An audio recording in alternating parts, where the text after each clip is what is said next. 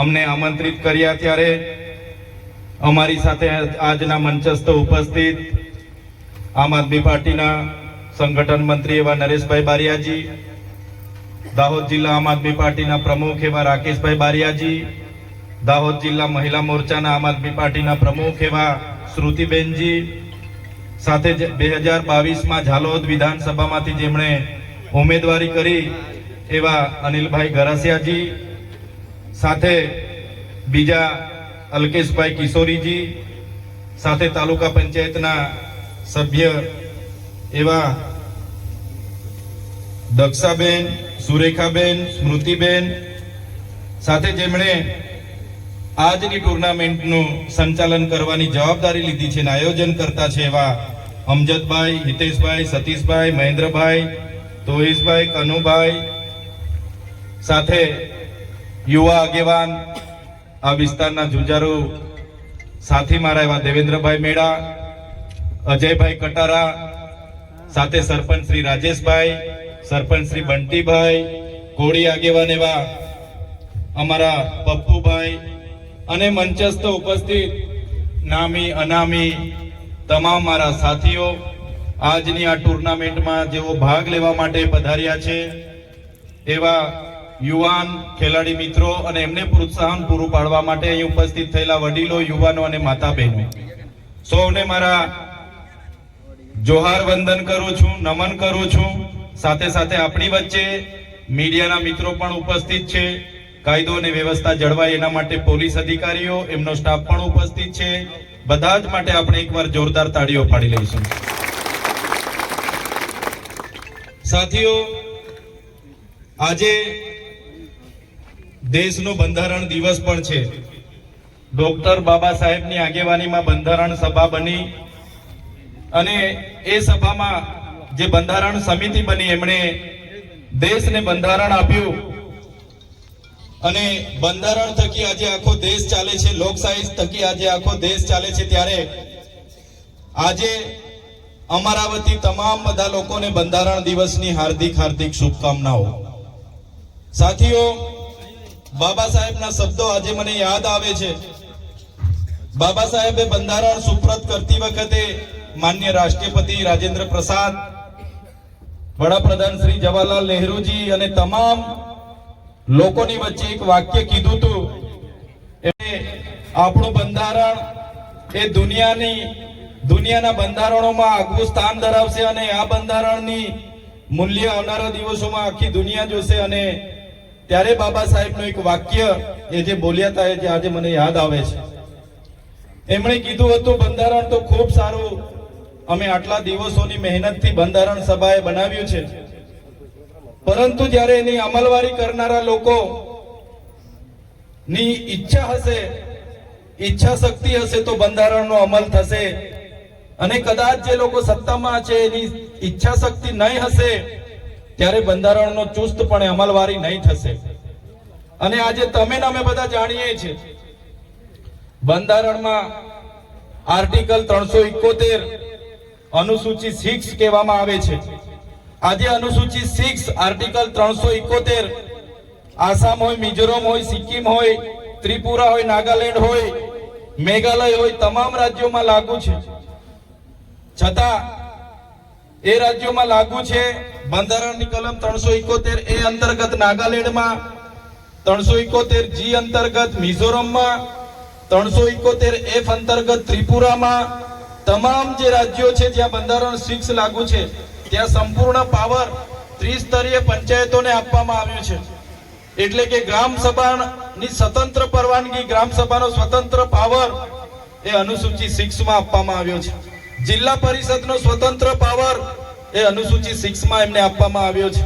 ત્યારે ત્યાં જિલ્લા પરિષદ હોય, તાલુકા પરિષદ હોય, ગ્રામ સભા હોય, એમની પરવાનગી વગર કોઈ પણ વ્યક્તિ બહારથી ત્યાં વસવાટ નથી કરી શકતા, બહારનો કોઈ પ્રોજેક્ટ નથી નાખી શકતા. કે કોઈ પણ વ્યક્તિ, ચાહે દેશના વડાપ્રધાન હો, દેશના રાષ્ટ્રપતિ હો કે રાજ્યના મુખ્યમંત્રી હોય, કોઈ પણ વ્યક્તિએ ત્યાં સભા કરવી હોય તો અનુસૂચિ 6 ની વિસ્તારમાં જીઆઈડીસી આવે, જીએમડીસી આવે, એરપોર્ટ આવે, કોરિડોર આવે, નેશનલ હાઈવે આવે કે કોઈ પણ જાતના હાઈ ટેન્શન લાઈનના લાઈનો નીકળતી હોય કે કોઈ પણ જાતનું ખોદાણ થાય એના માટે અનુસૂચિત 6 માં ગામ સભાની પરવાનગી ફરજિયાત છે. ત્યારે સાથીઓ બંધારણની આર્ટિકલ 244 ની પેટા કલમ 313 ક અંતર્ગત પણ ગુજરાતના અંબાજીથી ઉમરગામ સુધીના 14 જિલ્લાને અનુસૂચિ 5 માં સામેલ કરવાની જોગવાઈ આપવામાં આવી છે. તમે જોયું હશે આઝાદીના 78 વર્ષ પછી પણ એ અનુસૂચિ 5 આપણે ત્યાં લાગુ કરવામાં નથી આવી, માત્ર કાગળ પર છે, બંધારણ પર છે. અનેક વખતે હાઈકોર્ટ નામદાર સુપ્રીમ કોર્ટે સરકારોને તાકીદ કરી છે કે અહીં તમે અનુસૂચિ 5 લાગુ કરો, છતાં આ સરકારોએ એ સુપ્રીમ કોર્ટ અને એ હાઈકોર્ટની પણ અવગણના કરી છે. ત્યારે આજે તમે જોયું હશે કે બંધારણમાં એ ચાહે અનુસૂચિ 5 ની વાત હોય, એ ચાહે 1996 ના પેશા એક્ટ ની વાત હોય, 1983 ના 73 AA ના કાનૂન ની વાત હોય કે બીજી અનામત બાબતોની વાત હોય, અનુસૂચિ 5 લાગુ નથી કરી શકી. પેશા એક્ટ નો ચુસ્તવારે અમલ નથી થતો, 73 AA ની જમીનો આજે છીનવાઈ જાય છે. કોઈ પણ પ્રોજેક્ટ આવે છે ત્યારે ગ્રામ સભાની પરવાનગી લેવામાં નથી આવતી, કોઈ વ્યક્તિની જમીન જાય છે એની પરવાનગી લેવામાં નથી આવતી, પબ્લિકની જાહેર હિયરિંગ કરવામાં નથી આવતું અને બારોબાર જમીનો સંપાદન થાય છે. સત્તામાં બેઠેલા કેટલાક નેતાઓ, કેટલાક અધિકારીઓ પોલીસનો ઉપયોગ કરે છે, સત્તાનો દુરુપયોગ કરે છે. પોલીસનો કાફલો ખડકી દેવામાં આવે છે અને નેશનલ હાઈવે હોય, ભારતમાલા પ્રોજેક્ટ હોય, કોરિડોર હોય, એરપોર્ટ માટેની જમીનોની વાત હોય, જંગલની જમીનોની વાત હોય, નેશનલ હાઈવેની જમીનોની વાત હોય કે આ વિસ્તારમાં ચાલતી હાઈ ટેન્શન લાઈનો કાઢવાની હોય, નહેર કાઢવાના હોય કે ડેમો બનાવવાના હોય, જ્યારે પણ જમીનોની જ્યારે પણ જરૂર પડી છે ત્યારે આદિવાસી સાથે ન્યાય નથી થયો. આદિવાસી સમાજ પરથી એ જમીન સત્તાનો દુરુપયોગ કરીને ખોચવી લેવામાં આવી છે.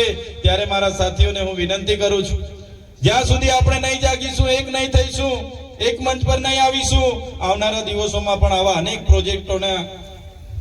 પ્રોજેક્ટોના આવતા આપણી જમીનો જે કઈ બચી કૂચી છે પણ જતી રહેવાની છે.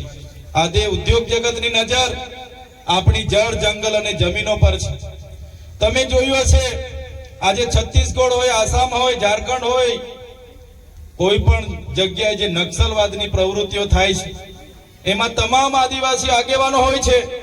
કોઈને શોખ નથી થતો હાથમાં હથિયાર લેવાની, કોઈને પોતાના પરિવાર ગામથી દૂર થવાની ઈચ્છા નથી રહેતી, કોઈને જંગલમાં ભટકવાની ઈચ્છા નથી રહેતી, પણ પોતાના પૂર્વજોએ આપેલા જળ, જંગલ, જમીનના અધિકારો બચાવવા માટે આપણા લોકો, તમામ દેશના લોકો લડી રહ્યા છે.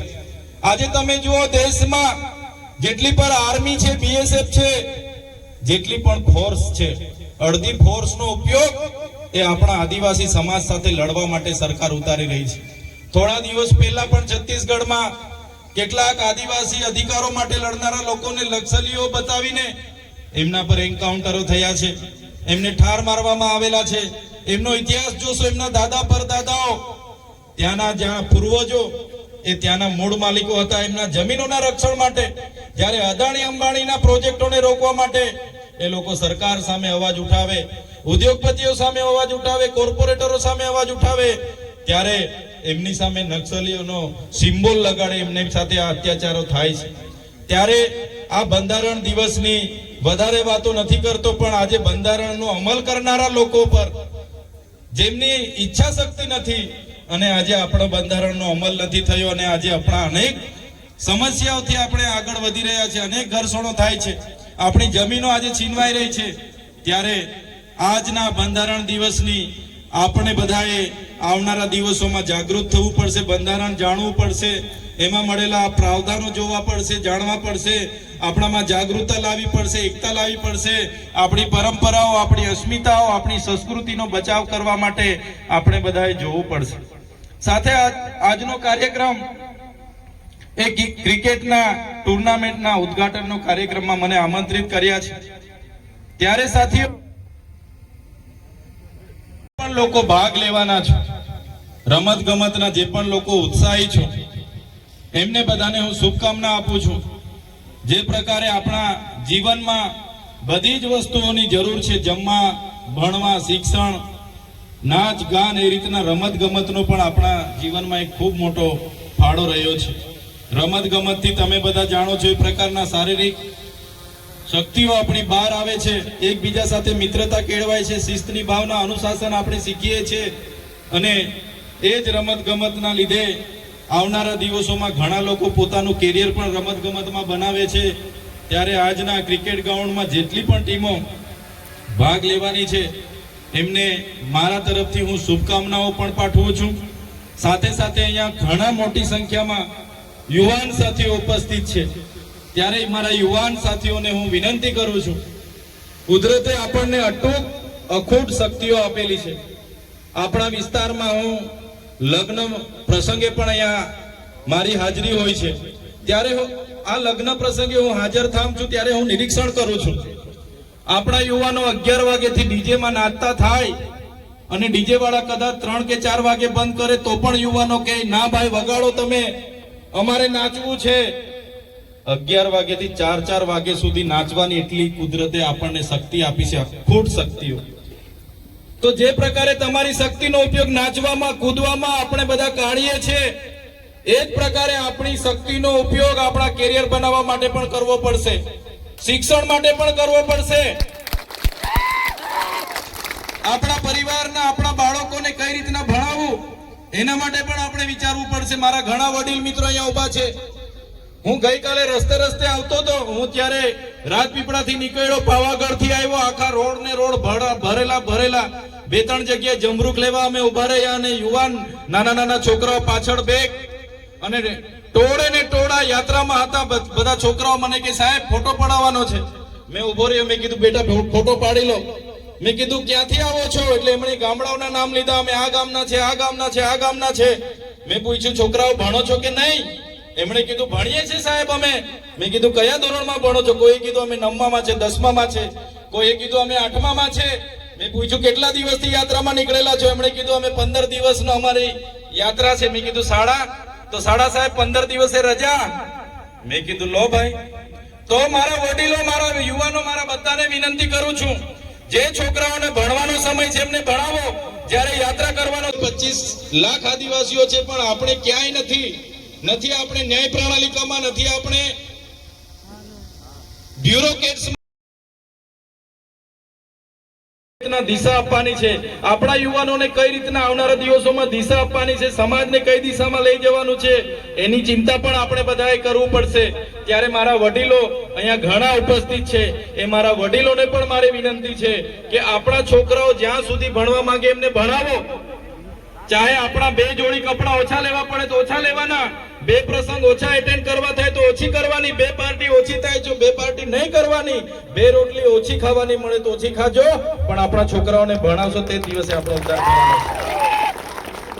મારા યુવાન લોકોને પણ કેમ છું, જે લોકો જેમ તમારી ઉંમર જે સરકારે ધારાધોરણ મુજબ નક્કી કરી છે એ પ્રમાણે કારકિર્દીમાં ફોકસ કરો, પરીક્ષાઓની તૈયારી કરો, ગૌણ સેવા પસંદગીની તમામ ભરતીઓમાં ભાગ લો, પોલીસની ભરતીઓમાં ભાગ લો, બધામાં ભાગ લો અને ક્લાસીસ જોઈન કરવાના થાય તો એ કરો, પણ તમારી એકવાર કારકિર્દી બનાવવાના પ્રયાસ કરો। તમારો સમય, તમારી ઉંમર પૂરી થઈ જશે પછી તમને ક્યાંય કોઈ જોબ કરવાની હશે એ પણ મળવાની નથી। ત્યારે મારા યુવાન મિત્રોને પણ મને જેટલા પણ લોકો ચાહે છે, માને છે, બધા જ વડીલોને, બધા જ યુવાનોને મારી વિનંતી છે, શિક્ષણ થકી જ આપણો ઉદ્ધાર થવાનો છે। બાબા સાહેબ કહે છે કે એમના શબ્દોમાં કે શિક્ષણ એક એવી શેરડીનું દૂધ છે, જે પણ લેશે દોડશે, તો શિક્ષણમાં પણ બધા ધ્યાન આપજો। સંવિધાનિક અધિકારો તો બધા આપણે અનેકવાર મીટિંગો કરીએ છીએ, જાગૃત કરીએ છીએ અને થાય છે, તો એમાં પણ બધા ધ્યાન આપજો। અને બીજી એક વાત, આજે સમય ઓછો છે પણ વધારે વાત થાય છે, પણ ફરી એક નાની એક વાત કરું કે આજે આમ આદમી પાર્ટીનો પણ સ્થાપના દિવસ છે। 2012માં આજની તારીખે બંધારણ દિવસે આમ આદમી પાર્ટીની સ્થાપના કરીને માન્ય કેજરીવાલજીએ દેશના કરોડો લોકોના દિલમાં જગા બનાવી અને કરોડો યુવાનોને મંચ પૂરું પાડ્યું છે। અમારા જેવા ધારાસભ્ય પણ આમ આદમી પાર્ટીમાંથી ચૂંટાઈને આજે સમાજના સારા કામ કરવા માટેના અમારા પ્રયાસો રહી છે। ત્યારે આમ આવું છું અને જે લોકો આવનારા દિવસોમાં રાજનીતિમાં પણ આવવા માંગે છે એવા લોકોને પણ હું અપીલ કરું છું કે આવો બધા જાહેર જીવનમાં સાથે રહીને આગળ વધીશું. જે પણ રાજનીતિમાં આવવા માંગે છે, લોકોની સેવા કરવા માંગે છે, એવા લોકોને હું આજના મંચ પરથી આહવાન કરું છું કે આવનારા દિવસોમાં તાલુકા જિલ્લા પંચાયતોની નગરપાલિકાઓની ચૂંટણી છે. સારા સારા લોકો ઉમેદવારી કરો, સારી રીતે લડો, જીતો. આવનારી વિધાનસભામાં ઉમેદવારી કરો, લડો, જીતો અને આપણા અધિકારોની વાત કરો, આપણા લોકોના કામ કરો. એના માટે પણ અમે મંચ પૂરું પાડવા માટે તૈયાર છે. તો એવા લોકો પણ આવનારા દિવસોમાં અમારી સાથે જોડાજો, અમારા સહયોગ, અમને સહકાર આપતા રહેજો. અને આગળ એક કાર્યક્રમ હોવાના નાતે હું તમને વધારે સમય નથી આપી શક્યો. લીંબડીમાં પણ અમારો એક કાર્યક્રમ હતો અને આ બીજો કાર્યક્રમ છે. હમણાં સંતરામપુરમાં પણ એક કાર્યક્રમ છે. ત્યારે સાથીઓ, જે પણ આજે આયોજન કરનારાઓ છે એમને અભિનંદન આપું છું કે અમને અહીં આટલા લોકોને મળવા માટેનો તમે અવસર પૂરો પાડ્યો છે. એ બદલ તમને અભિનંદન આપું છું. તમે ખૂબ સારું આયોજન કર્યું છે. ખૂબ સારી રીતે બધાને રમાડજો. નાનું મોટું કંઈ પણ હોય એને મનમાં રાખીને પણ અહીંનો મેસેજ સારામાં સારો આપણા તાલુકામાં જાય એ પ્રકારની વ્યવસ્થા તમે કરજો. આજના કાર્યક્રમમાં અહીં ઉપસ્થિત મંચસ્થ તમામ આગેવાનો, જયેશભાઈ ખૂબ સારું એન્કરિંગ કર્યું, તમામ આગેવાનોનું અભિવાદન કરું છું. જે પણ લોકોએ અમને આમંત્રિત કર્યા, અમારું સ્વાગત કર્યું, સન્માન કર્યું, એવા તમામ લોકોનો આભાર માનું છું. તમે મોટી સંખ્યામાં સ્વયંભૂ અમને મળવા માટે, અમને સાંભળવા માટે અહીંયા ઉપસ્થિત થયા, તમારો બધાનો આભાર માનું છું. મીડિયા મિત્રો પોતાનો સમય લઈને આવ્યા છો, પોલીસ અધિકારી મિત્રો બધા જ અહીંયા ઉપસ્થિત છો અને અમને અમારો કાર્યક્રમ સફળ બને એમાં સહયોગ પૂરો પાડ્યો છે. એવા તમામ લોકોનો હું ખૂબ ખૂબ દિલથી આભાર માની વિનમું છું. બધાનો ખૂબ ખૂબ આભાર, ધન્યવાદ. જય આદિવાસી, જય જોહાર. ખૂબ ખૂબ આભાર માનનીય સાહેબ.